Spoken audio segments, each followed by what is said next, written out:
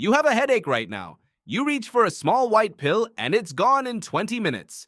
You don't think about it, but for almost the entire span of human existence, that pill did not exist. No pharmacy, no hospital, no germ theory, and yet your ancestors survived. How? The real answer is far stranger than they just died a lot. They didn't just endure, they adapted. Every fever you've ever had, every wound that closed on its own. That's ancient medicine. It's built into you. Start with pain. Pain feels like an enemy. It isn't. It's information. When your ancestors stepped on a thorn, the pain wasn't punishment. It was a signal, screaming one word: stop.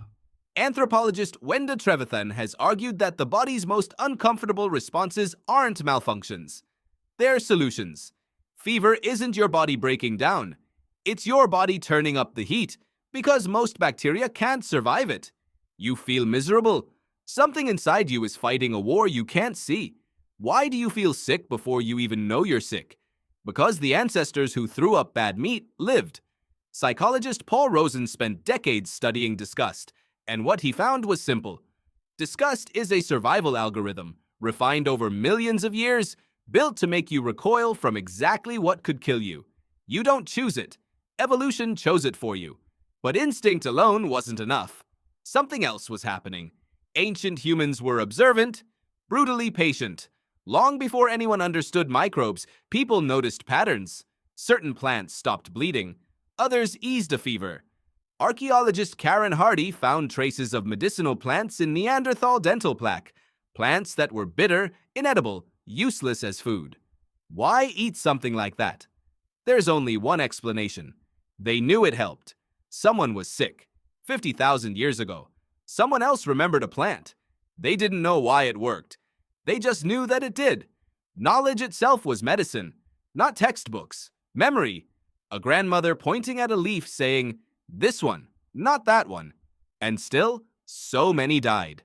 So how did the species not collapse? Because ancient humans didn't fight illness alone. Evolutionary biologist Sarah Blaffer Hrdy has argued that human infants survived because of cooperative caregiving. Aunts, grandmothers, group members with no blood tie at all. A sick child wasn't only two exhausted parents' burden. An entire group carried it. Groups that cared for their sick outcompeted groups that didn't. Isolation killed, community healed. Long before hospitals, humans had already invented the first one: each other. Consider quarantine. You'd assume it's modern. It isn't.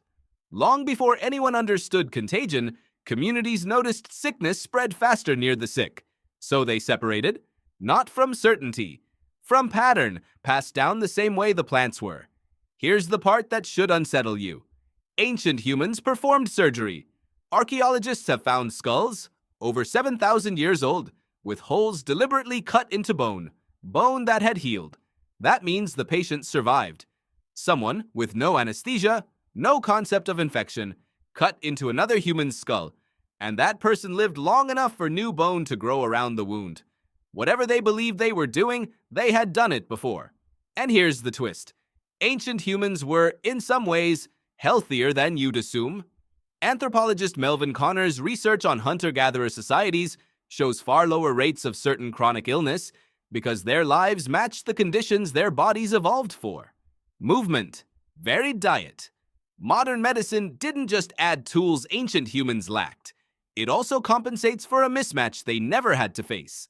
So the truth isn't that ancient humans survived despite having nothing. They survived because they had exactly what evolution equips every human body with: pain that warns, fever that fights, disgust that protects, memory that accumulates, and community that carries what no individual could carry alone.